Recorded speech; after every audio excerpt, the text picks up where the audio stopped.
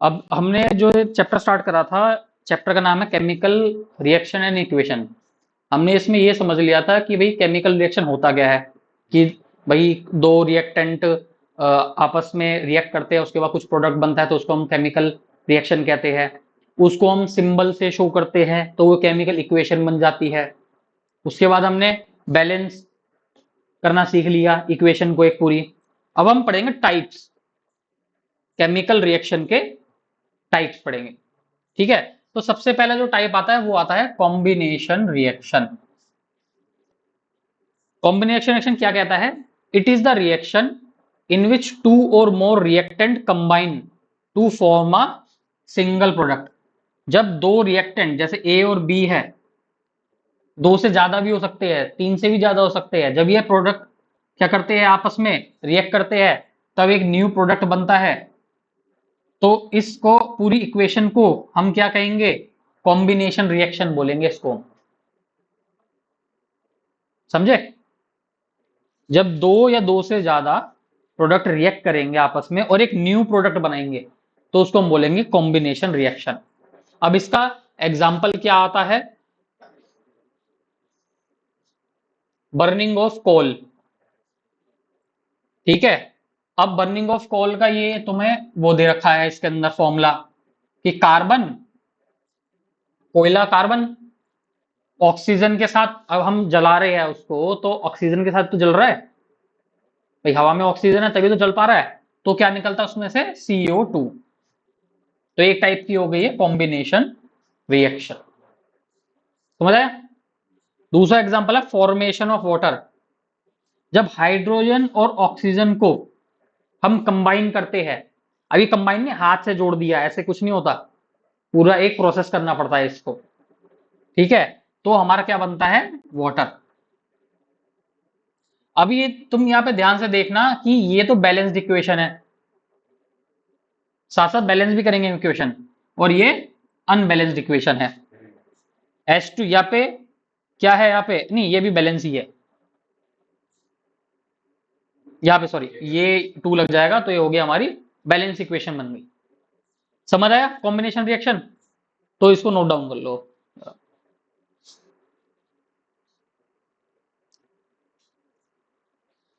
ऐसे लिखना, types of chemical reaction, पहला कॉम्बिनेशन रिएक्शन।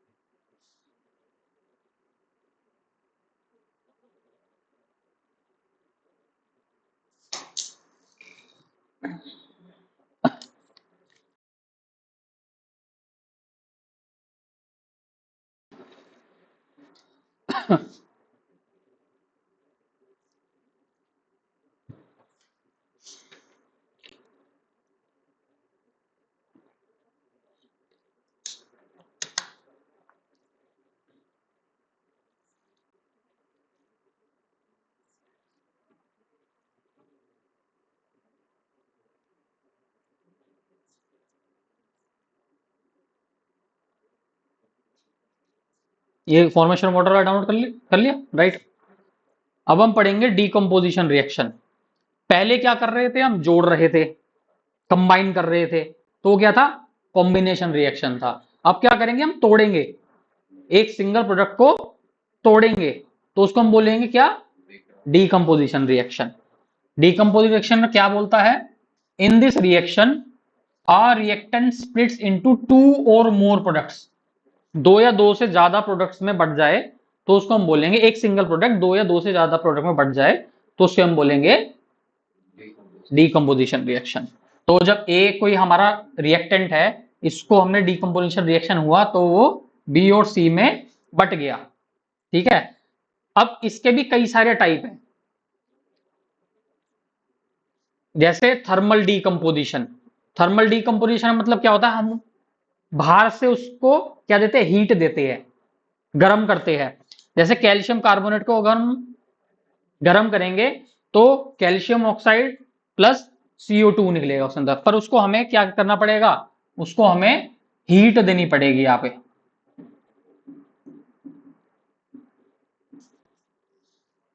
ठीक है, ये समझ आया थर्मल डिकम्पोजिशन। फिर आता है हमारा इलेक्ट्रोलाइटिक डिकम्पोजिशन। अब इलेक्ट्रोलाइटिक डिकम्पोजिशन में हमारा क्या आता है,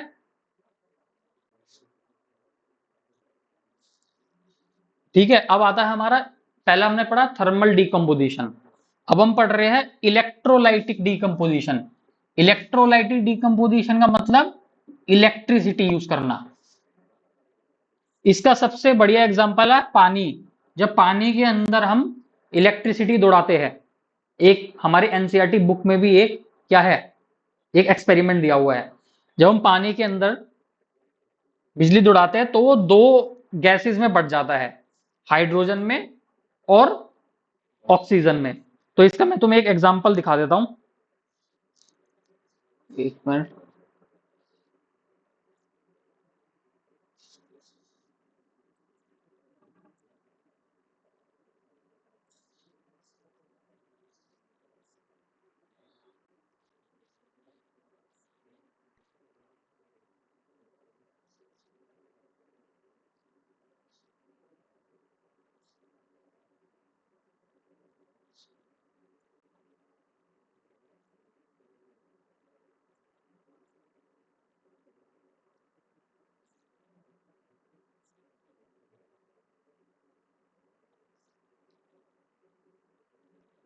ऑफ वाटर,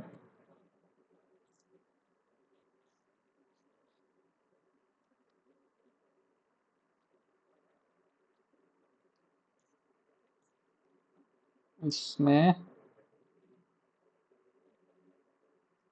ये रहा एक्सपेरिमेंट। अब ये क्या है, एक बीकर ले रखा है, ठीक है, दो टेस्ट ट्यूब इन्होंने क्या कर रखी है, उल्टी इसमें डुबो रखी है, और यहाँ पे दो क्या कर रखे है इसके अंदर, एक कैथोड एक एनोड। ठीक है, तुम्हारी एनसीईआरटी की बुक भी लाया बुक,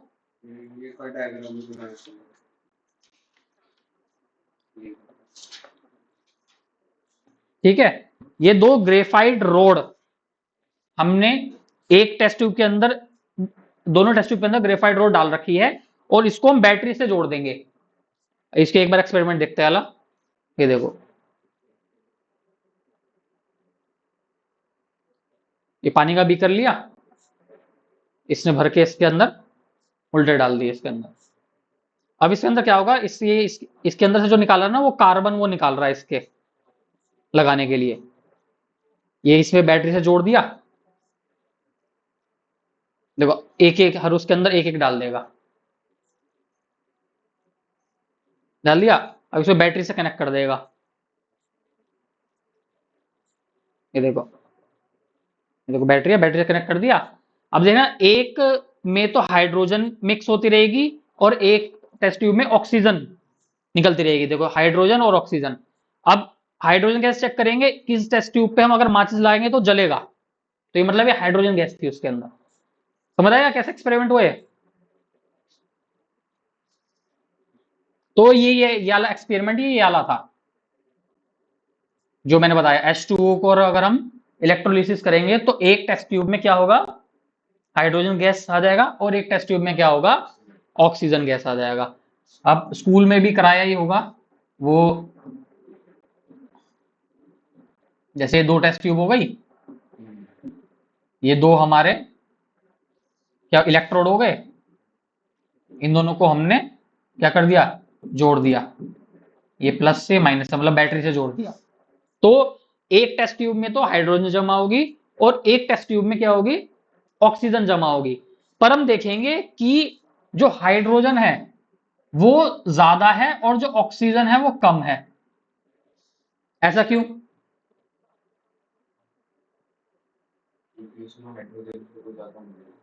हाइड्रोजन मॉलिक्यूल H2O ही बता रहा है, दो हाइड्रोजन के और एक ऑक्सीजन का होता है, इसलिए हमारा हाइड्रोजन ज्यादा जमा होगा और ऑक्सीजन कम जमा होगा।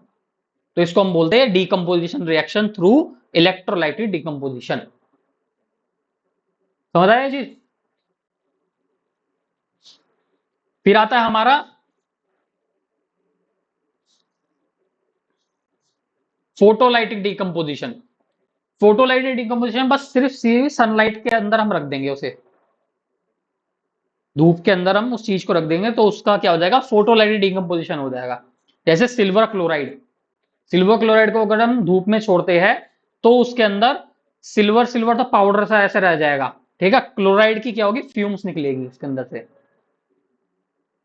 ठीक है, सिर्फ सनलाइट में रखने से। फ्यूम्स मतलब वही गैस स्टेट में चला गया, समझे, क्लोरीन गैस स्टेट में चला गया और सिल्वर रह जाएगा हमारा जमीन के अंदर, वो उसमें पेट्री डिश में रह जाएगा, ठीक है, समझ आ गया।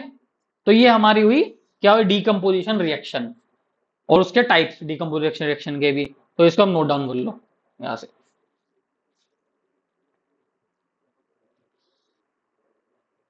अब हम पढ़ेंगे डिस्प्लेसमेंट रिएक्शन।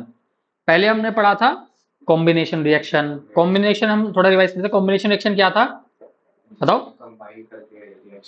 कंबाइन करके जब दो रिएक्टेंट आपस में करके एक सिंगल प्रोडक्ट बने तो उसे हम बोलते हैं कॉम्बिनेशन रिएक्शन। उसके बाद हमने पढ़ा डीकम्पोजिशन रिएक्शन। अब डीकम्पोजिशन रिएक्शन में क्या होता है, जब कोई सिंगल प्रोडक्ट एक या दो तीन जितने प्रोडक्ट में अगर क्या हो जाए, डिकम्पोज हो जाए, तो उसको हम बोलते हैं डीकम्पोजिशन रिएक्शन। उसका हमने एग्जांपल पढ़ा था, क्या पढ़ा था हमने, पानी को तोड़ना, H2O को इलेक्ट्रोलिसिस प्रोसेस के थ्रू, ठीक है ना, उसमें एक हाइड्रोजन गैस निकल रही थी और ऑक्सीजन गैस भी निकल रही थी। अब हम पढ़ेंगे डिस्प्लेसमेंट रिएक्शन। डिस्प्लेसमेंट रिएक्शन का सिंपल ये इसके अंदर है, हमारे पास एक रिएक्टेंट ए रहा, ठीक है, और एक कंपाउंड ए रहा। कंपाउंड में मतलब क्या होता है, कंपाउंड मतलब कंबाइंड करके बना होता है ना, जैसे कॉपर सल्फेट है तो कंपाउंड है, ये एलिमेंट है, ठीक है ना। तो तुम ध्यान से देखना, जब ये ए, अब ए ने सी को तोड़ के ए सी बन गया, और बी क्या हुआ, बी बाहर चला गया, तो इसने ए ने बी को डिस्प्लेस कर दिया ना, हटा दिया, और सी के साथ जुड़ गया, तो एक अलग कंपाउंड बन गया ये, और एक एलिमेंट अलग निकल गया, समझ आया। अब ये डीकम्पोजिशन और डिस्प्लेसमेंट में ये फर्क है, डीकम्पोजिशन में एक कंपाउंड टूट रहा था, बट यहाँ पे जो यहाँ पे रिएक्टेंट है वो दूसरे कंपाउंड से रिएक्ट करके उसको तोड़ के एक नया कंपाउंड बना रहा है, और अलग से एक एलिमेंट निकल रहा है। इस एग्जांपल से देखते हैं आयरन, Fe का मतलब क्या होता है, आयरन। जब कॉपर सल्फेट सोल्यूशन में आयरन नेल को, आयरन ने मतलब कील को डुबोते हैं, तब क्या पड़ता है, वो क्या करता है, देखो SO4 को डिस्प्लेस करके खुद जुड़ गया, क्या बन गया, आयरन सल्फेट। ये देखो ना, पहले कॉपर सल्फेट था, कॉपर को हटा दिया, खुद जुड़ गया SO4 के साथ, और कॉपर को क्या कर दिया, अलग कर दिया, तो डिस्प्लेस कर दिया कॉपर को। समझ लो इस चीज को, डिस्प्लेसमेंट का डाउट है तो पूछ लो, नहीं है, समझ आ गया। इसका एग्जांपल हमारी एनसीईआरटी बुक में दिया हुआ है, फिगर 1.8 है, इसके अंदर देखो उसमें ध्यान से, हाँ यही वाला, ठीक है। जब हम एक किसी कील को कॉपर सल्फेट सोल्यूशन में डुबोते हैं, तब जो कील है वो कॉपर को क्या करता है, डिस्प्लेस कर देता है, ठीक है। तो कॉपर सल्फेट सोल्यूशन का जो कॉपर होता है वो कील के ऊपर ना जमा हो जाता है, देखो इसमें दो कील बनी होगी, अब जो ये ब्राउनिश सा इसके ऊपर कलर आ गया ना, ये कॉपर चढ़ गया उसके ऊपर, कील के ऊपर, ठीक है। और जो सोल्यूशन का कलर भी चेंज हो जाएगा, क्योंकि आयरन सल्फेट बन गया वो, पहले कॉपर सल्फेट सोल्यूशन का कलर अलग होगा और आयरन सल्फेट का सोल्यूशन अलग होगा, समझ आया। ये इसका एग्जांपल है, इसमें देखो इन this reaction more reactive element, जो कि हमारा पे क्या है, iron, displaces less reactive element copper. Iron ने कॉपर को डिस्प्लेस कर दिया और खुद एक क्या बना दिया, आयरन सल्फेट सॉल्यूशन बना लिया, less reactive element from its solution. जैसे iron nail displaces copper from copper sulphate solution and form iron sulphate solution, समझ आया। कोई डाउट इसके अंदर, नोट डाउन कर लिया ना। अब आएगा हमारा double displacement reaction. Double displacement, पहले क्या था, वो सिंगल डिस्प्लेसमेंट था। अब देखना इसमें दो कंपाउंड आ जाएंगे। देखो जो ए बी था, ए बी सी डी के साथ रिएक्ट हुआ, क्या बन गया, ए डी बन गया और सी बी बन गया। समझे? तो यहां पर डबल डिस्प्लेसमेंट चल रहा है। पहले पहले क्या था, सिंगल डिस्प्लेसमेंट चल रहा था कि ए क्या हुआ तुम्हारा, सी बी के साथ रिएक्ट हुआ और क्या बना, ए सी बन गया और बी बाहर निकल गया। तो यहाँ पे सिंगल डिस्प्लेसमेंट चल रहा था, पर यहाँ पे क्या चल रहा है, डबल डिस्प्लेसमेंट। ठीक है। अब इसका जो ये है एग्जाम्पल, जब सोडियम सल्फेट बेरियम क्लोराइड के साथ रिएक्ट करता है तो क्या बनता है, बेरियम देखो इसके साथ चला गया, बेरियम सल्फेट बन गया, और सोडियम क्लोरीन के साथ चला गया, क्या बन गया, सोडियम क्लोराइड बन गया। समझे ना? तो यहां पे क्या हुआ, डबल डिस्प्लेसमेंट हुआ। समझे इस चीज को? कोई डाउट? ठीक है, इसको नोट डाउन कर लो। और ये देखना एक बार कि ये जो रिएक्शन है ये बैलेंस्ड है या नहीं है। ये जान के मैं छोड़ता हूं अनबैलेंस्ड, ये खुद कर सको। ऑक्सीडेशन एंड रिडक्शन, देखो सिंपल है, ऐसे याद रखना है। ऑक्सीजन को अगर जोड़ेंगे तो ऑक्सीडेशन हो रहा है, हाइड्रोजन को अगर निकालेंगे तो ऑक्सीडेशन हो रहा है, अगर ऑक्सीजन को निकालेंगे तो रिडक्शन हो रहा है, अगर हाइड्रोजन को जोड़ेंगे तो रिडक्शन हो रहा है। सिंपली है, ऑक्सीडेशन में हम ऑक्सीजन को जोड़ते हैं और हाइड्रोजन को निकालते हैं। ठीक है। वही रिडक्शन में हम ऑक्सीजन को निकालते हैं और हाइड्रोजन को जोड़ते हैं। समझ गए? ऑक्सीडेशन में ऑक्सीजन जोड़ दिया और हाइड्रोजन निकाल, या तो ऑक्सीजन जोड़ दिया या हाइड्रोजन निकाल दिया, तो दोनों को हम ऑक्सीडेशन ही बोलेंगे। ठीक है ना? और रिडक्शन में अगर हाइड्रोजन जोड़ दिया तो भी रिडक्शन होगा, और अगर ऑक्सीजन निकाल दिया तो रिडक्शन होगा। समझ रहे? तो ऑक्सीडेशन क्या कहता है, addition of oxygen to a substance or removal of hydrogen from a substance is known as oxidation. सीधा डेफिनेशन आती है, ऑक्सीडेशन रिडक्शन में डिफरेंस बताओ जी। और इक्वेशन आ जाएगी कि इस इक्वेशन में कौन सी चीज ऑक्सीडेशन हो रहा है और किसका रिडक्शन हो रहा है, ये पूछ लेंगे। ये सीधा आती है इक्वेशन। रिडक्शन किसे कहते हैं, removal of oxygen from substance or addition of hydrogen to a substance is known as reduction.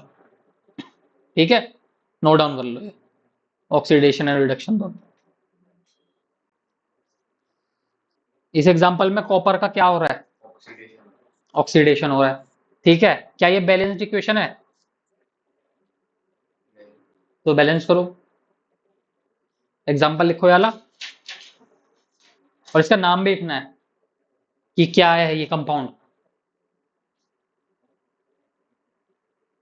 नीचे इनके नाम भी लिखने हैं और इनकी स्टेट भी लिखनी है।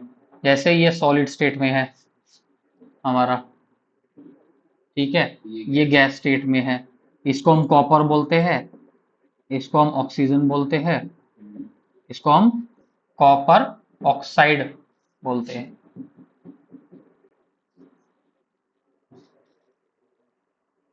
बैलेंस करो इसे।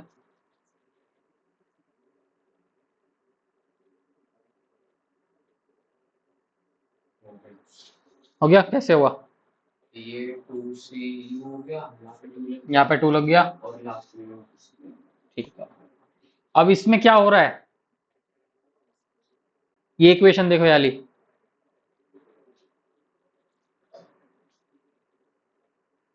कॉपर ऑक्साइड को हम हाइड्रोजन के साथ अगर रिएक्ट कर रहे हैं तो हमारा क्या हो रहा है, कॉपर और हाइड्रोजन, ये वाटर होगा शायद, ये H2। पूरा नहीं लिखा हुआ, ये H2O है। क्या क्या हो रहा है इसमें, कौन सी रिएक्शन हो रही है? ऑक्सीडेशन रिडक्ट, मुझे बताओ इसमें ऑक्सीडेशन और रिडक्शन किसका हो रहा है? रिडक्शन हो रहा है, CuO और Cu का तो ऑक्सीडेशन हो रहा है। नहीं, गलत। ऑक्सीडेशन का मतलब क्या होता है? इसमें ऑक्सीजन ऐड होती है या रिमूव होता है। तो यहां से हम अगर यहाँ पे जा रहे हैं तो क्या ऑक्सीजन ऐड हो रही है? नहीं, तो फिर remove होगी। रिमूव हो रही है, तो इसको क्या बोलेंगे? रिडक्शन। और अगर हम यहां से यहां जा रहे हैं तो ऑक्सीजन क्या हो रहा है? जुड़ रही है, तो क्या हो गया? ऑक्सीडेशन। अब हम ये देख रहे हैं कि इस इक्वेशन में ऑक्सीडेशन भी हो रहा है और रिडक्शन भी हो रहा है, दोनों ही चीज हो रही है। तो इस रिएक्शन को बोलेंगे हम रिडॉक्स रिएक्शन। इस इक्वेशन को बोलेंगे हम रिडॉक्स रिएक्शन। ठीक है। In reaction in which both oxidation and reduction takes place is known as redox reaction. ठीक है, नोट कर लो ये। रिडॉक्स रिएक्शन पूछ सकते हैं।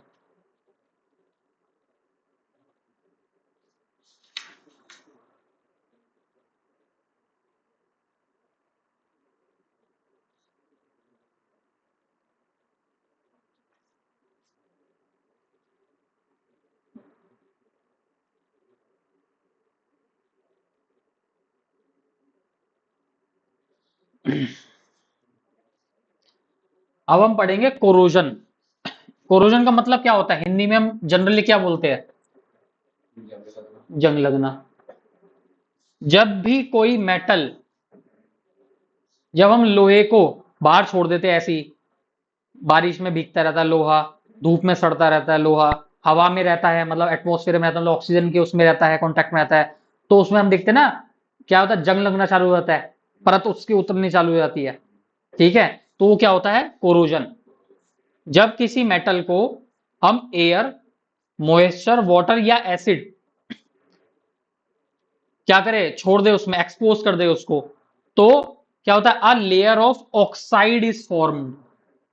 एक ऑक्साइड की लेयर फॉर्म हो जाती है जो उस मेटल को क्या कर देता है? वीक कर देता है। और उस मेटल को हम क्या बोलते हैं कि ये क्या हो गया? जंग लग चुका है, कोरोडेड हो चुका है। कोरोजन के एग्जाम्पल क्या क्या है? Rusting of iron.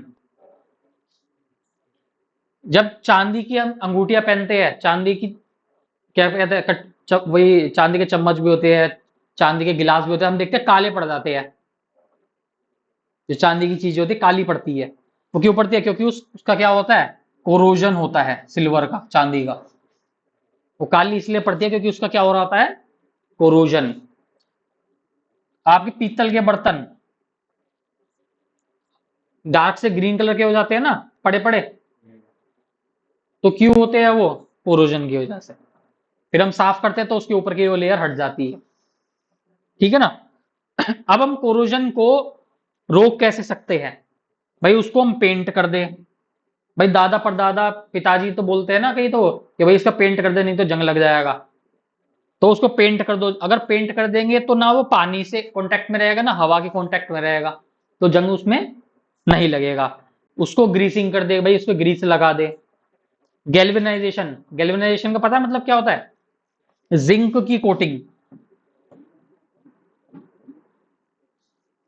जिंक की एक पतली सी लेयर उसके ऊपर लगा दे, तो उसको हम बोलते हैं गैल्वेनाइजेशन। ठीक है। क्रोमियम प्लेटिंग, क्रोम की कोई प्लेटिंग कर दी उसके ऊपर। ठीक है। और एलॉइंग मेटल्स कर दिया कि भाई उसको किसी के साथ मिक्स बना दिया। एलॉय का मतलब होता है कि दो मेटल मिक्स करके एक नया बन जाए। ठीक है ना। तो यहाँ पे हमारा आ गया हाउ टू प्रिवेंट कोरोजन, और हमने पढ़ लिया कोरोजन। तो इसको नोट डाउन कर लो पे। रेंसिडिटी। रेंसिडिटी का मतलब क्या होता है? देखो जब हम गर्मियों में खाना बनाते हैं सुबह, ठीक है, और भाई बड़े बूढ़े कहते हैं कि भाई रात को नहीं खाना चाहिए सुबह का बना हुआ खाना। वो क्यों बोलते हैं? क्योंकि उसमें फैट्स एंड ऑयल्स होते हैं जो हम खाना बनाते हैं, ठीक है। जब वो एयर के साथ हो जाता है तो वो रेंसिडिटी हो जाती है उस खाने की, मतलब वो क्या हो जाता है, खराब हो जाता है, उसमें से गंदी स्मेल और टेस्ट भी उसका बदल जाता है। कहते हैं ना खाना खराब हो गया, पड़े पड़े खाना खराब हो गया, फ्रिज में नहीं रखा, खाना खराब हो गया, तो वो क्या हो जाता है, खाना हो जाता है, रेंसिडिटी हो जाती है खाने की। समझे चीज?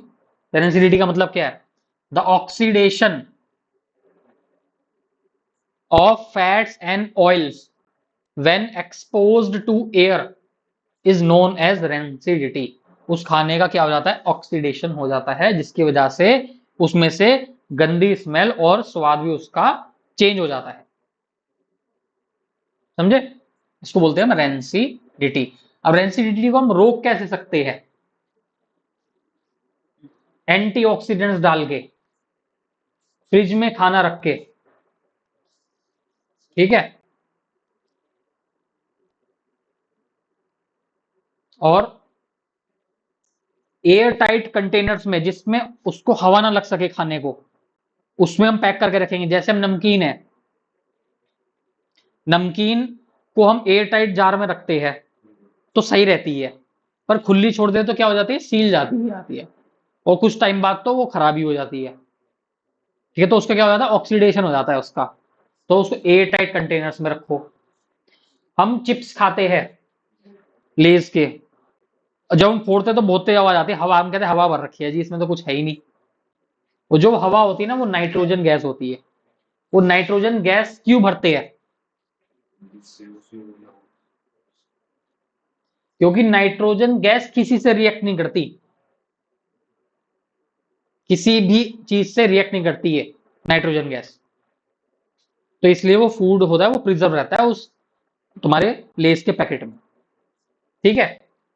अब पढ़ेंगे एक्सोथर्मिक रिएक्शन। तुमने पिछली बार क्लास में पूछा था भाई एक्सोथर्मिक रिएक्शन क्या होता है? जब कोई रिएक्शन हो रही हो, ठीक है, और रिएक्शन के बाद उस रिएक्शन में से हीट भी निकल रही हो, तो उस हीट के निकलने को हम बोलेंगे exothermic reaction. Reaction in which heat is released along with the formation of product. Product भी बन रहा है पर हीट भी निकल रही है साथ में, तो उसको हम बोलेंगे एक्सोथर्मिक रिएक्शन। जैसे कोयले का जलना, कार्बन